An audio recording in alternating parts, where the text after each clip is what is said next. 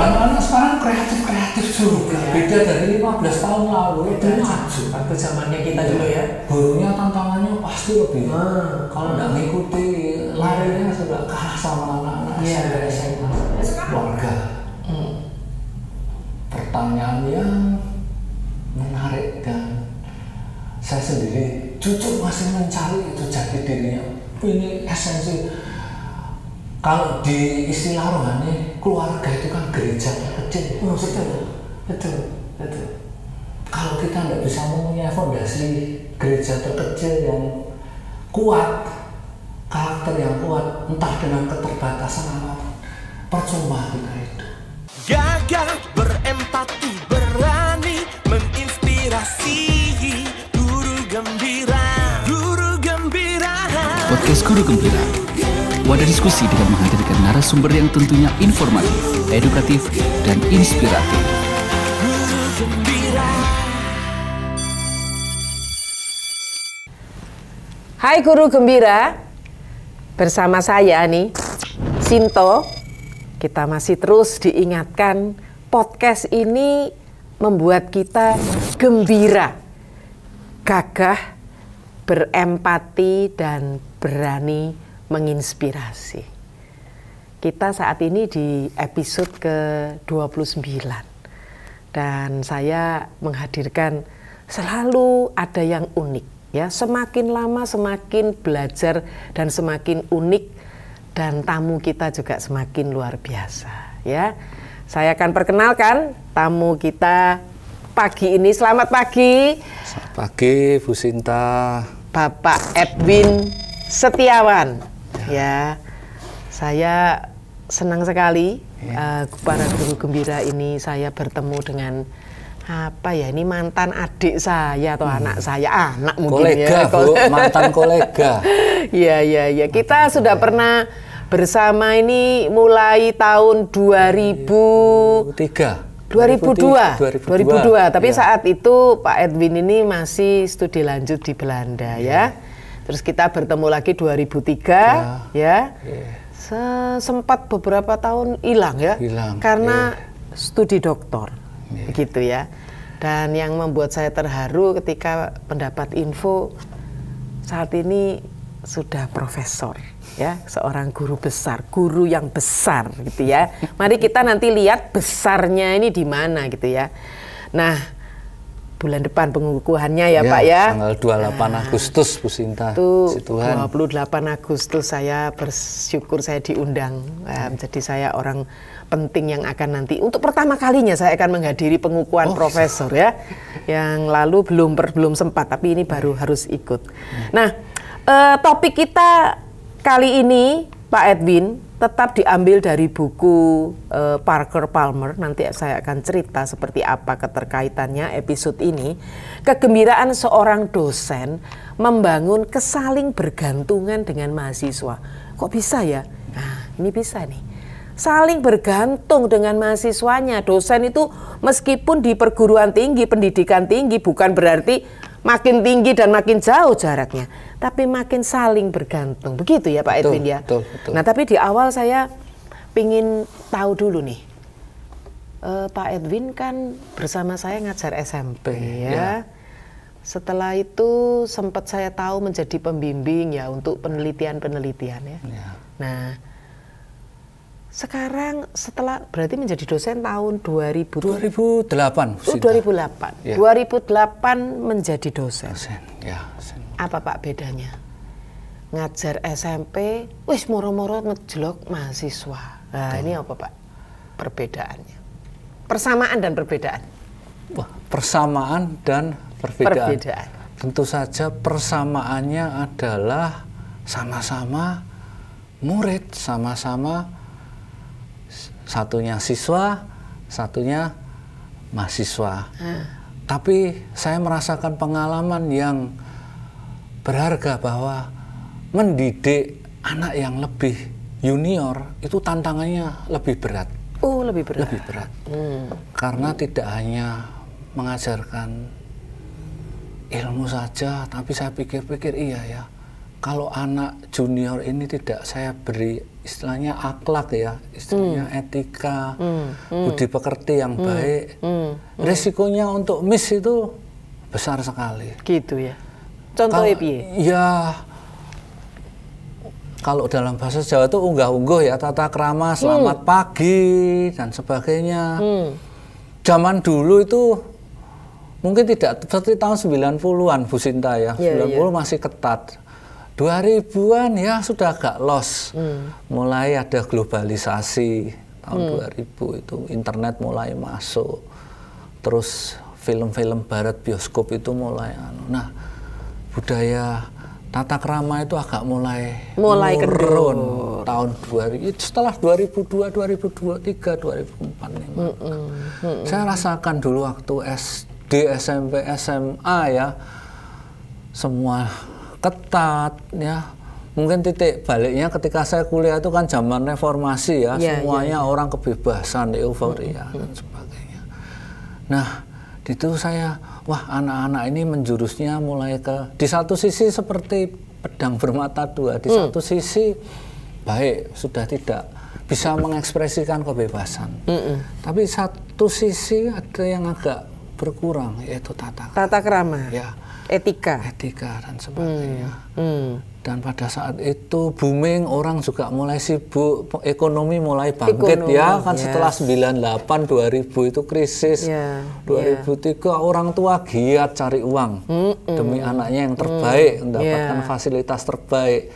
Nah, di satu sisi saya amati, iya ya, ternyata ada sesuatu yang dikorbankan. Mungkin kontrol terhadap anak itu agak mulai gitu kendor, ya. Agak kendor. Nah, di satu sisi saya loncat lagi ke 2008. Oh ya, mahasiswa yang saya hadapi waktu itu mungkin ada nilai perbedaan yang agak signifikan juga dari sekolah swasta dan sekolah negeri. Kalau sekolah negeri, pernah saya masuk ke sekolah negeri membantu ekstrakurikuler ya.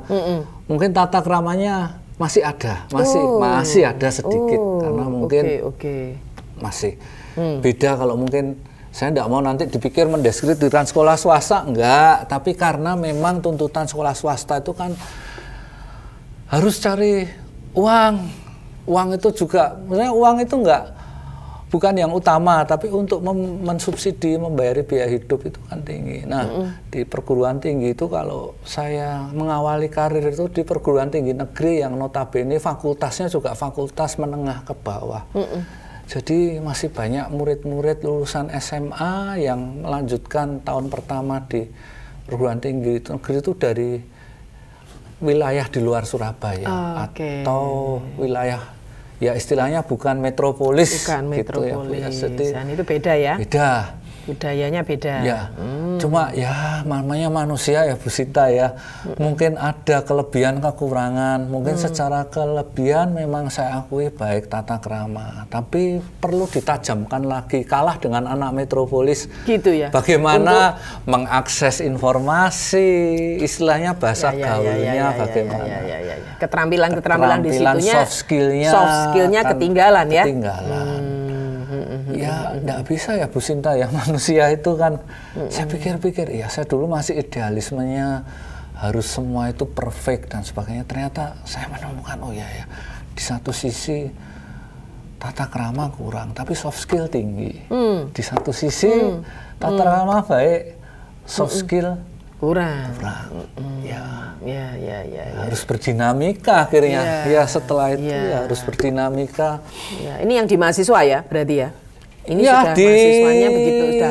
Ya harus berdinamika lagi, tapi tidak masalah karena ketika kembali oh ya mungkin saya merasa beruntung dibandingkan teman-teman yang tidak punya karir dari ngajar anak-anak SMP SMA. Betul, iya ya, ternyata saya punya nilai lebih ketika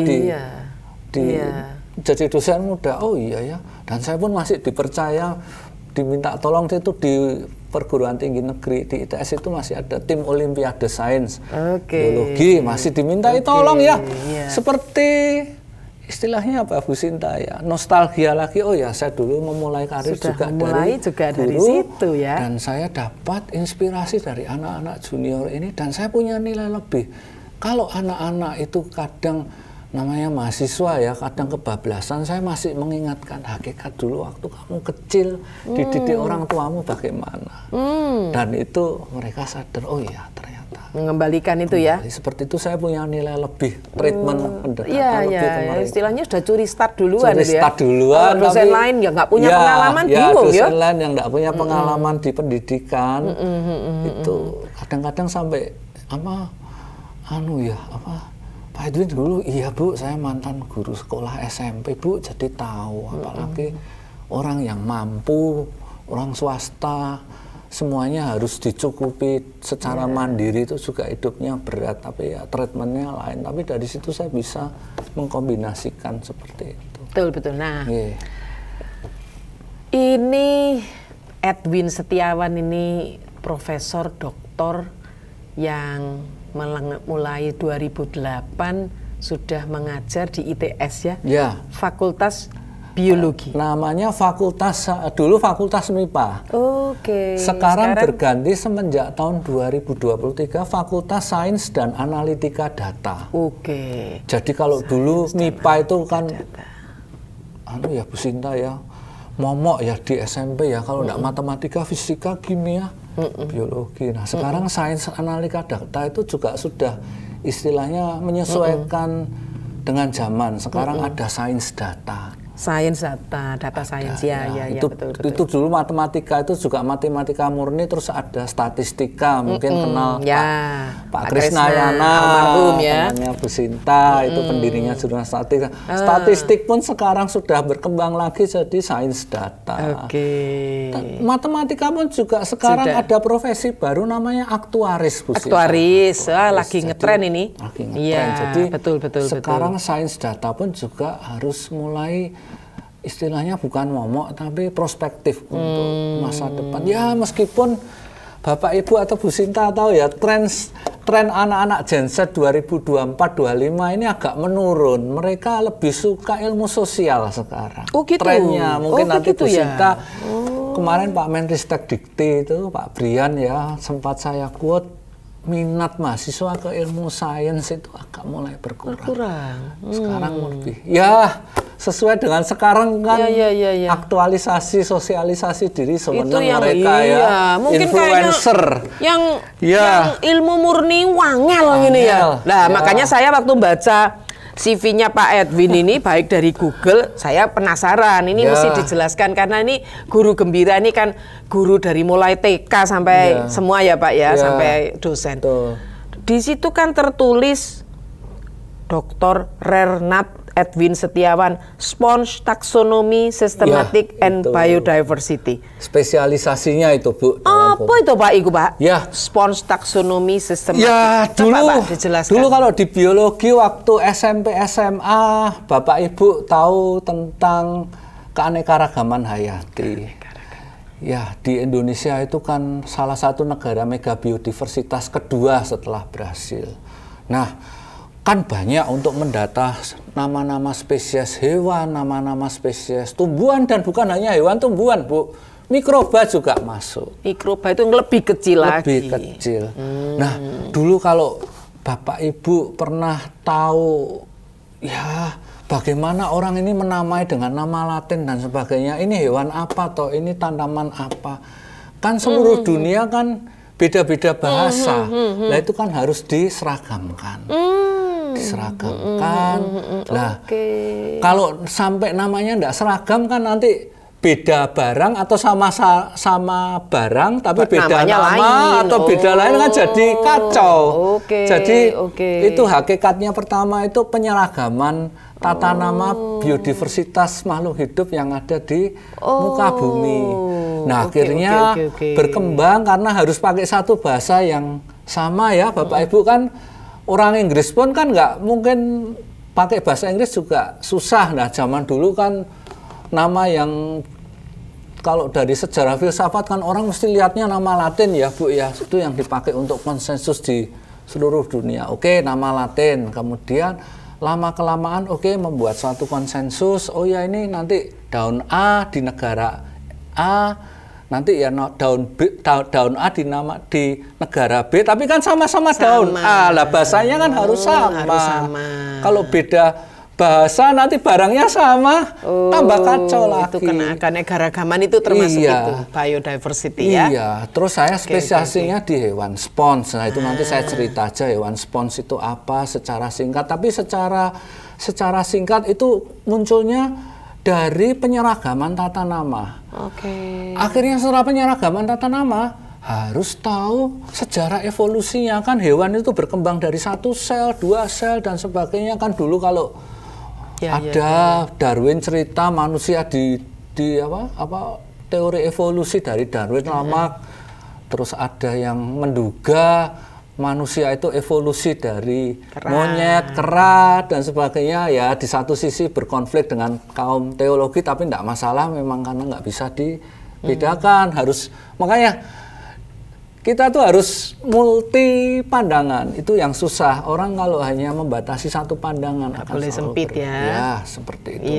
Secara singkat akhirnya setelah biodiversitas itu terbentuk, ada konsensus nama, bisa dilihat, oh ini dulu sejarahnya berkembang dari hewan A, berkembang dari hewan B dan sebagainya. Lama-lama kan jadi studi evolusi seperti itu.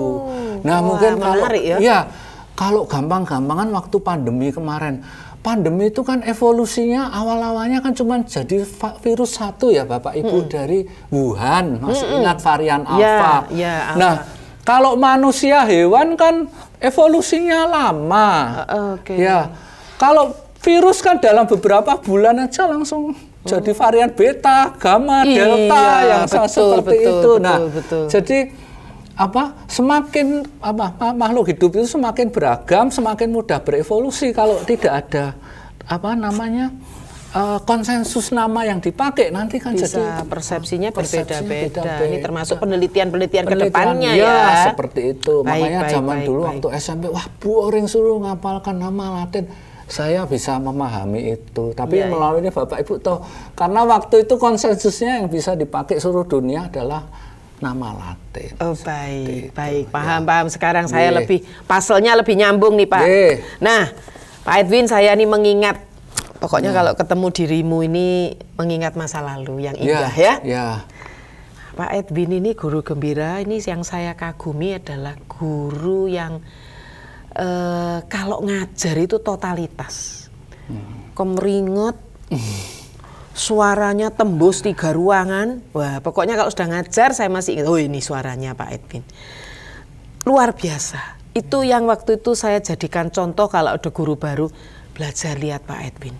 Begitu masuk kelas itu langsung mulai dari awal sampai akhir itu tidak ada jeda, di mana ingin memanfaatkan kesempatan untuk membuat para muridnya ini menikmati pelajarannya ya.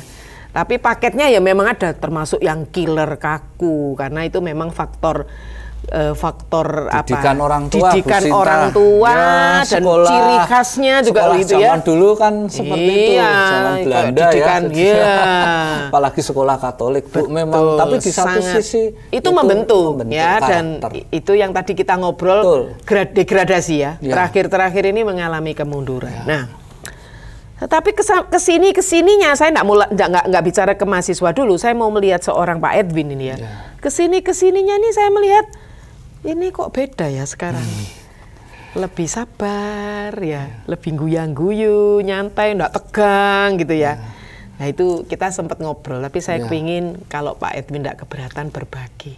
Gimana perjalanannya bisa transformasi diri. Monggo. Ya Bapak Ibu, jadi panjang sekali ya dari 2000 berapa itu Bu Sinta, 2008 sampai sekarang ya, terakhir ketemu Bu Sinta itu 2007-8, sekarang 2000. Iya 17 tahun loh. 17 tahun, seperti waktu itu kayak seperti kemarin. Tapi di satu sisi itu saya mengalami banyak, kalau dalam bahasa rohani apa Bu Sinta ya, pergumulan hidup ya Bu Sinta. Banyak nilai-nilai.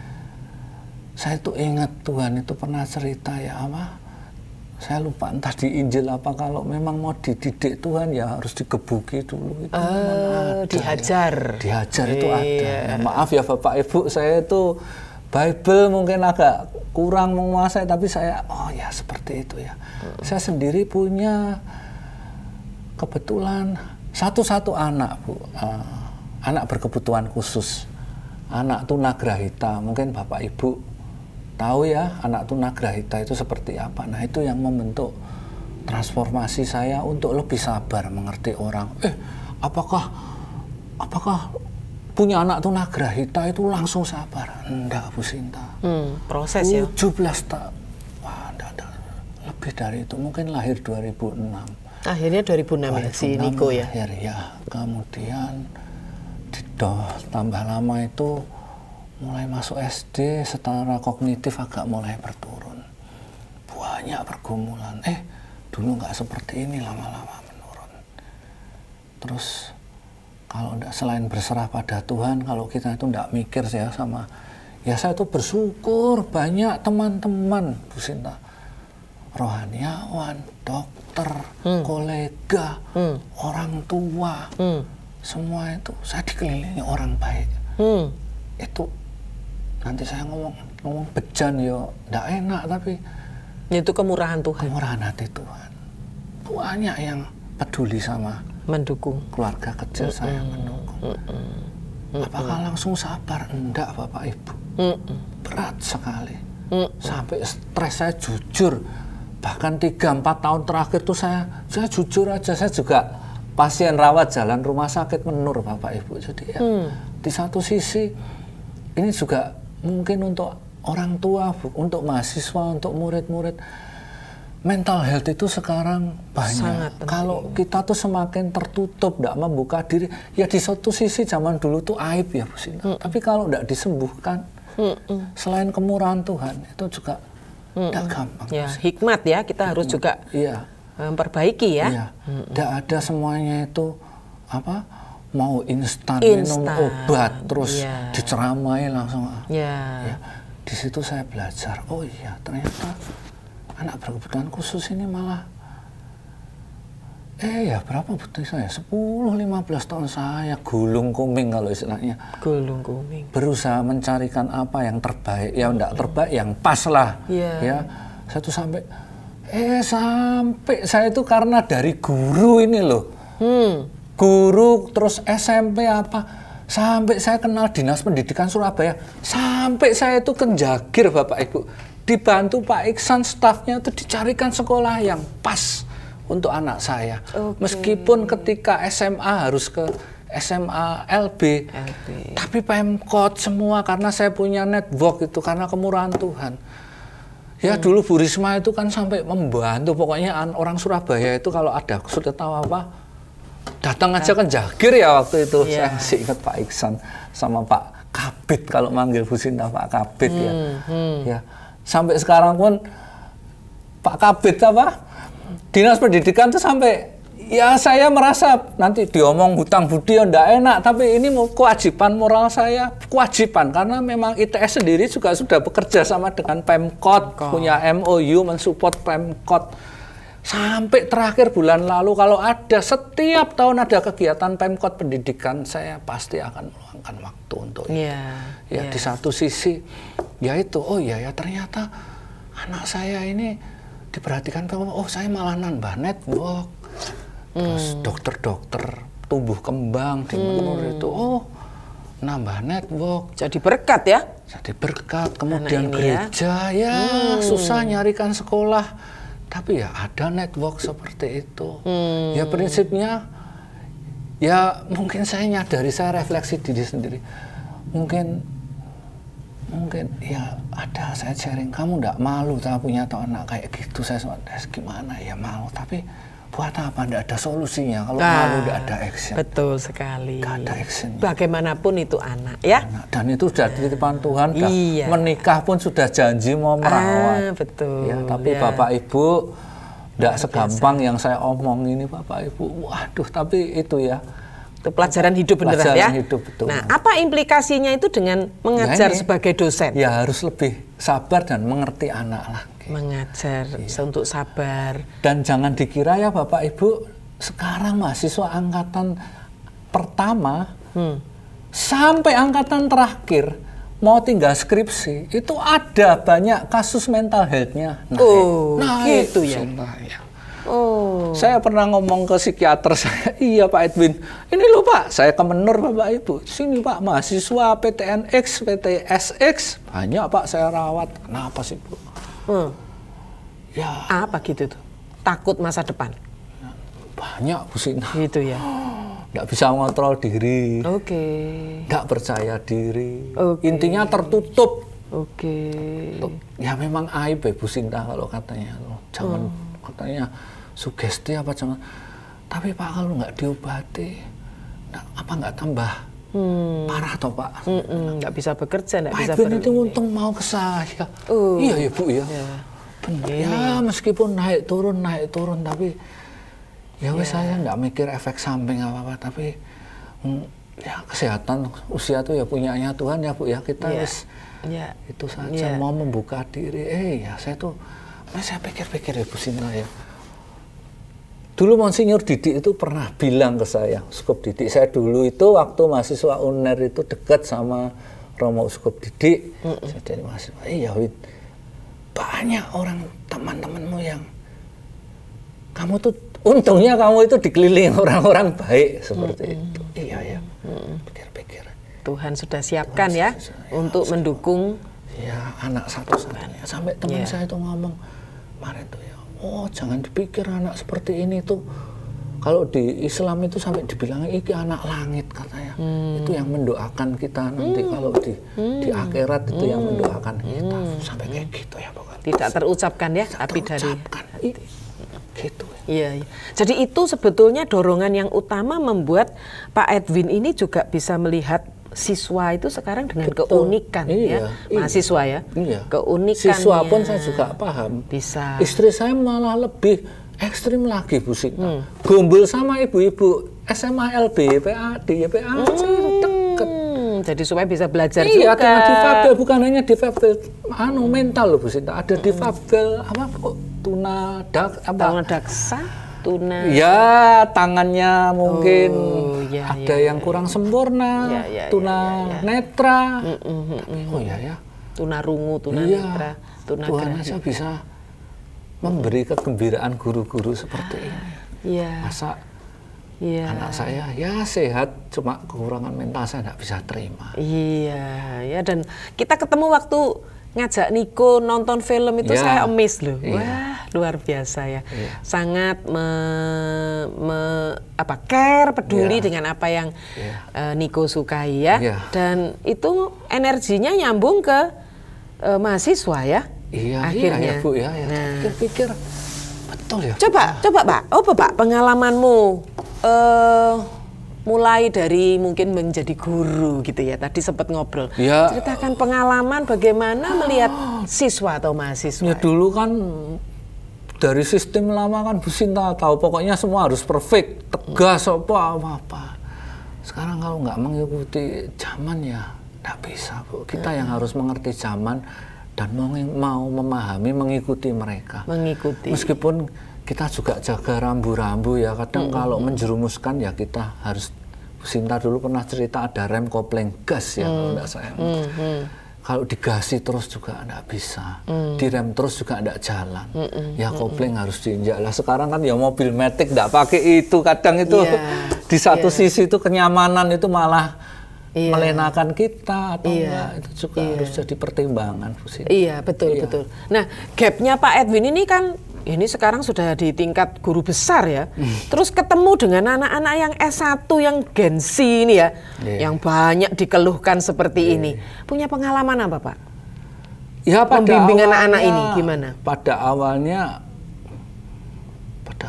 ya lihat seneng sih, tapi itu sudah ya ini yang harus istilahnya ini yang harus kamu didik. Orang tua sudah menitipkan ke kampus.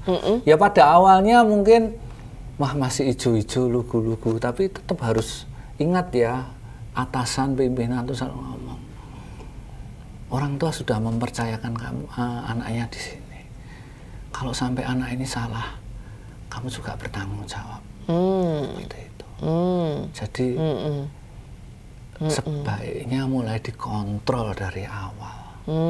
Justru malah mulai awal menanamkan dasar ini ya. Betul, dan pimpinan saya itu sesepuh di jurusan itu, saya malah ngomong level semakin tinggi guru besar tuh malah harus ngajar S1 supaya ilmunya nggak hilang. Dan malah gitu ya? Iya. Harus malah menyentuh yang paling Anak dasar saya, ya? paling tidak mengajar mata kuliah biologi umum. Mata kuliah umum dulu, apalagi mereka peralihan dari SMA. Kamu punya pengalaman yang begitu panjang. Kamu harus ceritakan, menginspirasi mereka. Masuk ke sini itu bukan sesuatu yang kebetulan atau kesialan dan sebagainya, justru ini mulai start awal. Yo, angel tapi yo Pak yo. Karena kan sudah di profesor, bahasanya wis bahasa dhuwur ya. Tapi tetap harus menyesuaikan, Bu. Nah, karena saya dulu belajar. Ya apa tipsnya? Dulu saya itu bersyukur ya, di luar negeri itu sama. Saya di Jerman, di Belanda itu, mentor-mentor saya, yang profesor pembimbing saya itu juga ngajar tingkat 1. Itu, iya ya. Dulu kalau nggak saya, waktu saya S1 di sini di UNAR juga, profesor juga mengajar semester 1. Saya lupa, itu tapi ya, saya ingat waktu harus membumikan kata-kata yang tinggi ini ya, ilmu yang tinggi. Betul. Iya. Buat apa Bu, sekarang cuma ilmu aja tapi ya tidak ada aplikasinya. Iya. Dan mahasiswa apakah bisa, waduh ini profesor ini wangel gitu. Ya, terus mereka ada gapnya begitu. Harusnya mulai kita, itu tantangan buat kita sendiri ya Bu ya. Salah satu sesuatu itu kan ya tinggi, tapi kan nggak boleh. Wong profesor di luar negeri itu juga, mentor saya di Jerman di juga naik kendaraan umum sudah memberi keteladanan yang baik. Mau makan di kantin bersama, berarti masalah. Intinya adalah di nilai-nilai hidup, bukan sekedar keteladanan hidup. Bukan sekedar ilmu ya Pak Edwin ya. Bisa Bu, kalau ilmu aja nggak bisa Bu. Nah Pak Edwin sempat cerita nih, tadi kita ngobrol punya pengalaman dengan seorang mahasiswa S1 yang luar biasa ya. Nah, ya apa Pak? Ceritakan Pak. Ya, jadi eranya sekarang itu Bapak Ibu ya, biologi kalau sudah level ini istilah zaman milenial Bu Sinta ya. Bukan hanya hafalan di tulang, tapi sudah memakai molekuler, biologi molekuler. Sekarang istilahnya bukan hanya biologi saja, tapi pakai, kalau dulu Bapak Ibu kan kalau biologi itu taunya organ-organ, lihat apa ya Bu Sinta ya, hati, jantung, apa istilahnya yang besar-besar makhluk hidup. Sekarang enggak. Mungkin Bapak Ibu masih mengalami mikroba, lihat mikroba. Sekarang eranya sudah molekul Bapak Ibu, dan sudah pakai molekular itu pakai DNA, RNA, supaya pakai bioteknologi. Menarik. Ya, jadi kalau tidak menguasai itu juga nggak bisa. Nah, di satu sisi ilmu yang saya miliki itu kan dia nggak awet sepanjang zaman, Bu. Bioteknologi yang saya pelajari 10 tahun yang lalu sangat berbeda. Dan biologi sekarang menggabungkan dengan keterampilan komputer, ngoding Bapak Ibu. DNA itu bisa disekuen DNA-nya, salinan data. Mungkin Bapak Ibu kalau ingat COVID itu kan varian alfa, beta, gamma itu kan pakai DNA juga ya. Nah sekarang pun untuk memetakan itu pakai istilahnya kompetensi tambahan, kecanggihan atau perlu untuk menguasai komputer. Anak Gen Z itu kelebihannya itu daripada saya. Dan saya ndak malu. Saya lebih pinter ngodingnya, ya mungkin saling melengkapi Bapak Ibu ya. Jadi Bu Sinta ya, mungkin di lapangan jam terbangnya untuk sampling, untuk biologi konvensional kurang. Anak bimbing atau mahasiswa saya membutuhkan itu untuk memulai dari awal. Tapi untuk pengembangan mereka larinya lebih kencang. Saya yang membutuhkan itu. Kalau saya tidak bisa ngikuti larinya mereka, ya mesin itu kan tambah lama, tambah capek ya, istilahnya tambah usur, bukan berarti ya mereka larinya 100 langkah, kita 10 langkah, 20 langkah, kalau kita nggak istilahnya rajin bertanya, nggak mau mengupdate diri, nggak mau mengaktualisasi diri. Berhenti ditinggal, sudah. ya ditinggal, Masuk kotak sudah. Masuk kotak. Iya, benar-benar. Wah, ini persis dengan seperti apa yang disampaikan oleh Parker Palmer ya, guru gembira. Ini apa yang dialami Pak Edwin ini sangat real ya. Parker Palmer mengatakan kalau seorang guru atau dosen dalam hal ini mencopot otonomi profesional. Nah, biasanya kan itu yang dilindungi. Aku guru besar, aku doktor gitu ya. Zaman dulu itu Bu Sinta. Ya. Zaman sekarang pun masih ada Pak. Iya. Gitu. Ketika ini Parker Palmer mengatakan ketika itu dicopot, lalu sejajar ini sama murid dan dosennya ini sejajar. Artinya murid dosennya bisa berkata minta maaf, minta tolong, terima kasih. Maka di saat itulah community kebenaran ini terbentuk, katanya Parker Palmer. Lalu yang terjadi apa? Hambatan ini mulai sirna, ya. Gap-gap ini sirna, sudah minggir. Lalu murid dan dosennya ini akan bertemu dalam kedalaman makna hidup lah tadi dijelaskan. Urusan sampling riset yang lalu-lalu, wah itu harus dia bergantung pada dosennya, ya kan? Tapi urusan dikembangkan untuk kepentingan masa depan, Pak Edwin harus ngejar juga, bergantung juga pada mahasiswanya. Ini yang disebut saling tergantung ya Pak. Benar ya Pak ya? Kalau itu tadi Bu Sinta bilang ditinggal masuk kotak. Masuk kotak. Di satu sisi juga kalau saya cuman cuek saja dia juga nggak bisa ngapa-ngapain. Statnya Bu, gimana? Iya. Jadi itu ini ya interkoneksi. Saling bergantung seperti itu. Kalau sama-sama jaim dengan posisi mengeblok jaga-jaga ini nggak akan jalan. Dia nggak jalan, saya juga nggak jalan, Bu Sinta. Saling membutuhkan ya Pak ya.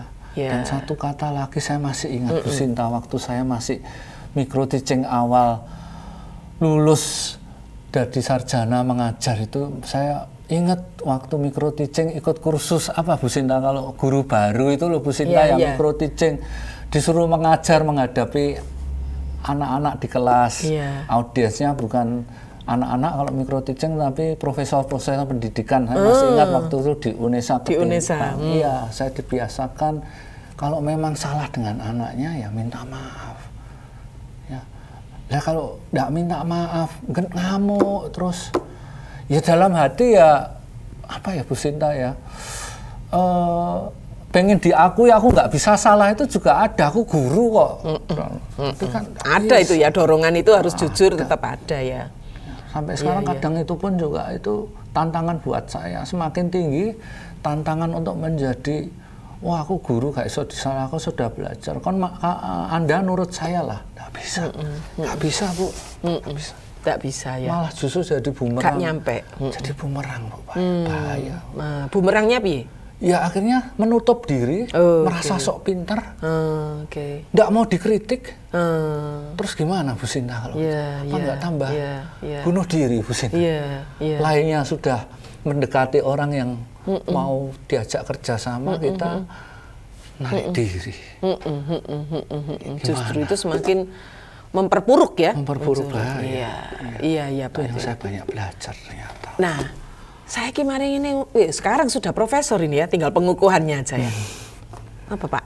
Kira-kira ke depan ini apa yang mau diraih ini? Tetap ya berkontribusi Bu untuk pendidikan, untuk penelitian. Untuk penelitian terutama ya? Ya pendidikan juga Bu, karena di Tridharma ya kalau. Semuanya penelitian ini. Penelitian. Pengabdian masyarakat. Iya, harus terintegrasi. Gimana Pak? Apa angan-anganmu ke depan tiga ini? Angan-angannya tetap bisa memberikan. Saya tuh kadang nggak muluk-muluk Bu Sinta ya.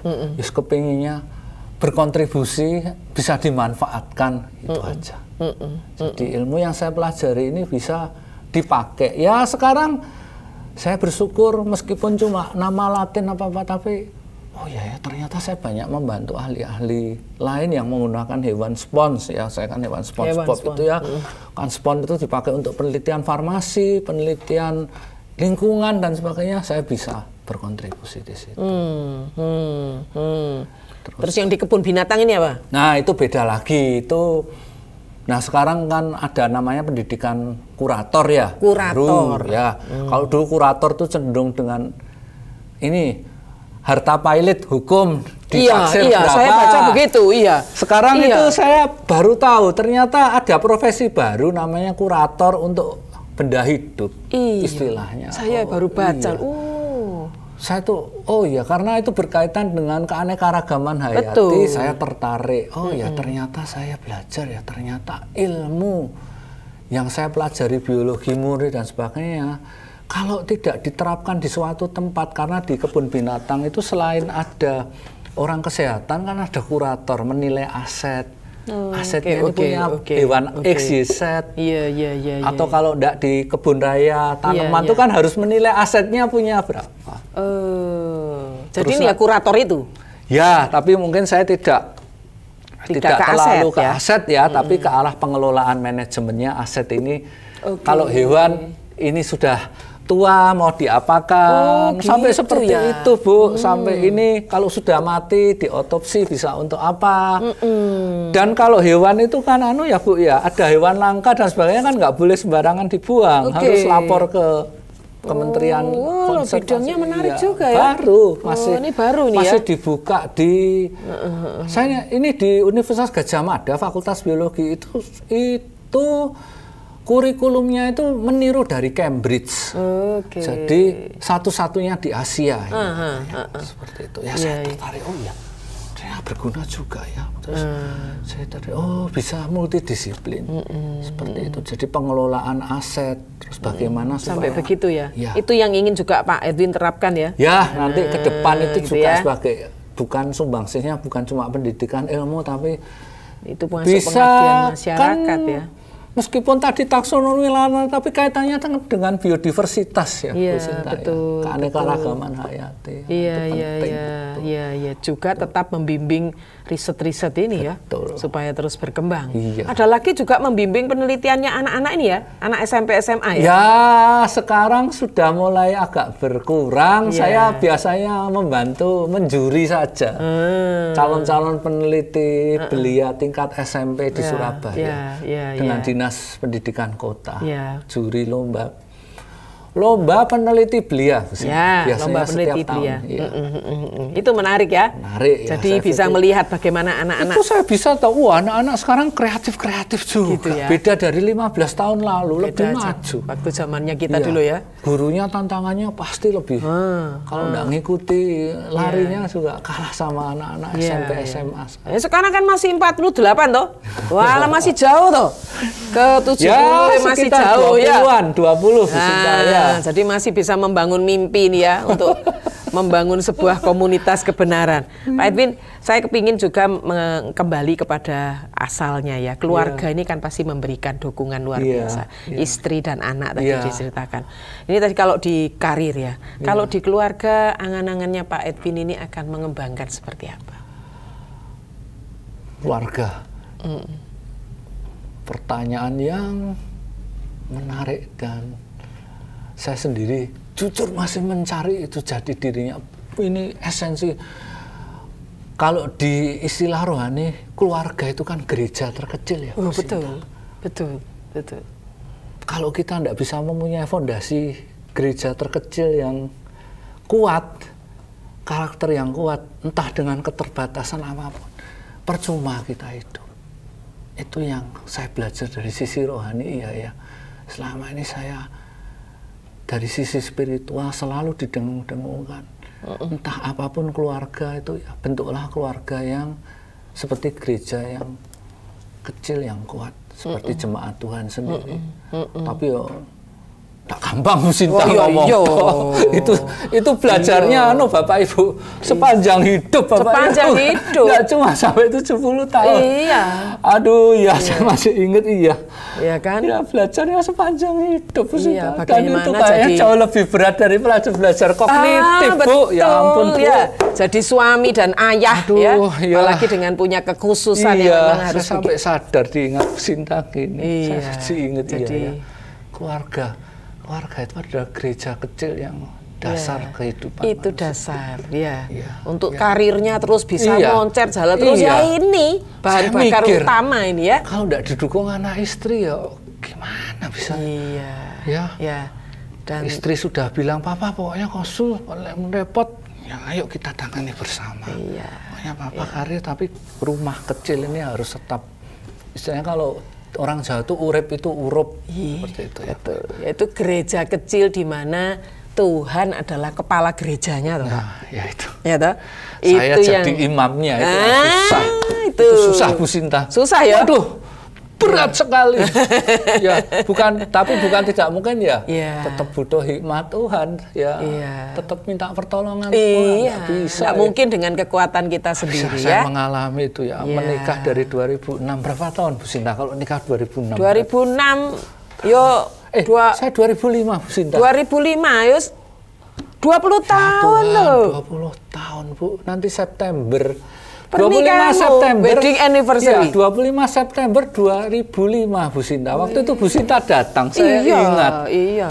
Nanti iya. September 25. Ah, wes dirayake. 20 ya Bu Sinta? 20. Belum, 20 tahun. Waduh Bu Sinta. Wah, dua anak saya dasawarsa ya. Luar biasa. Tuhan memelihara hidupmu dan menunjukkan jalannya. Ya. Nah, wah nek ngobrol ya orang entek ya. Pengennya ya cerita terus ya dengan Iya, Edwin. jadi Baik. kayak terflashback semua, tapi ya perjalanan hidup yang Iya. ya Bapak Ibu perjalanan hidup berapa Bu? 20 tahun sama Bu Sinta lebih ini ya enggak semua terus ya Bu Iya. Sinta. Ya. Saya juga belajar luar biasa dari seorang Edwin Setiawan yang saat ini di depan saya dan sudah menjadi guru besar. Pak Edwin, kita perlu mengakhiri percakapan kita, tapi saya ingin Pak Edwin memberi tips kepada guru gembira ini, para guru gembira. Bagaimana nih supaya menjadi dosen yang bisa membangun saling kebergantungan ini dengan muridnya. Nah, supaya nanti terwujud terus ini, tidak berhenti kalau sudah saling bergantung kan, terus Ya. nih belajar dengan murid, murid dengan gurunya. Nah, monggo Pak Edwin, silakan. Ya, baik Bapak Ibu, jadi tidak terasa sudah berapa lama 45 ini, Bu? menit, Pak. 45 menit ya Bapak Ibu, tidak kerasa kalau tidak direm Bu Sinta ya tidak berhenti nanti. Ya, saya belajar Bapak Ibu, mungkin pertama itu keteladanan, kesederhanaan itu yang mungkin harus Bapak Ibu, itu bukan sesuatu yang mudah Bapak Ibu, tantangannya berat sekali. Teladan kesederhanaan, apalagi zamannya sekarang makin apa istilahnya Bu Sinta,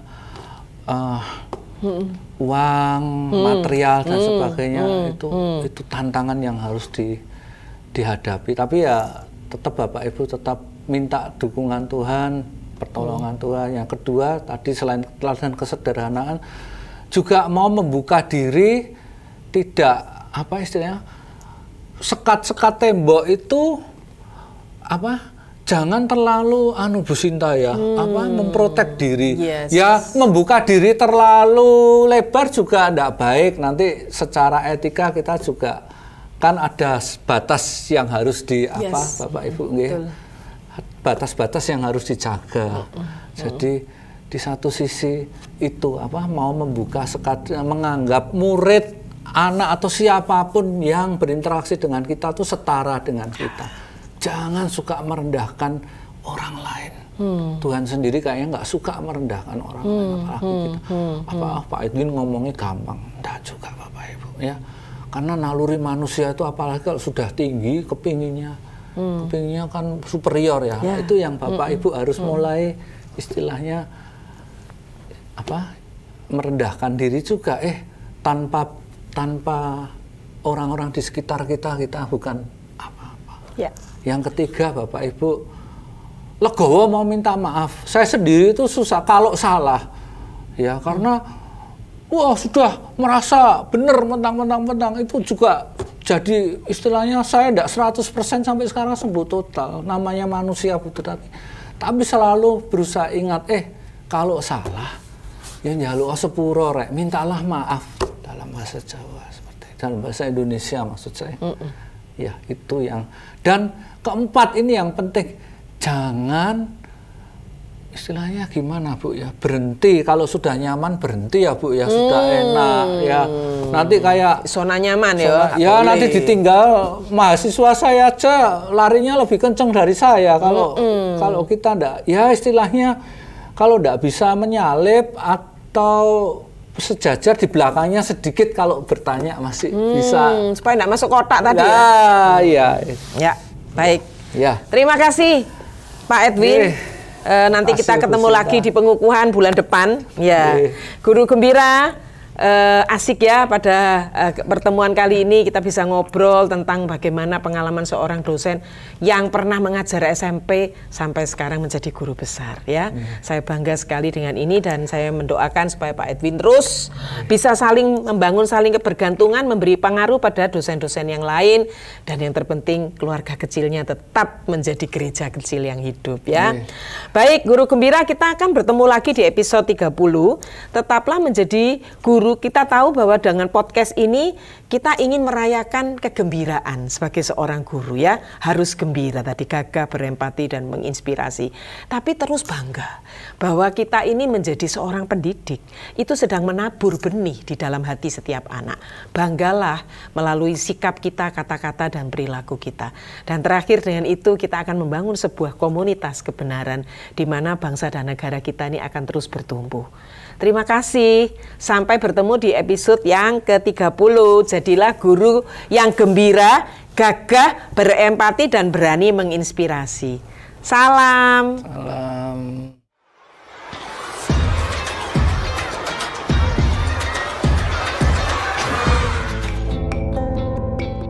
Nek awak gregesi, ngombeo jamu pahit, mangan iwak bakar, lalape godhong selada. Guru yang besar membangun kesetaraan dengan murid, berupaya memandang murid sebagai subjek yang berharga. Pergi ke mall membeli baju, pulangnya mampir ke pasar terdekat. Murid membutuhkan guru untuk menggali kedalaman ilmu. Guru membutuhkan murid untuk mewujudkan dampak nyata di masyarakat.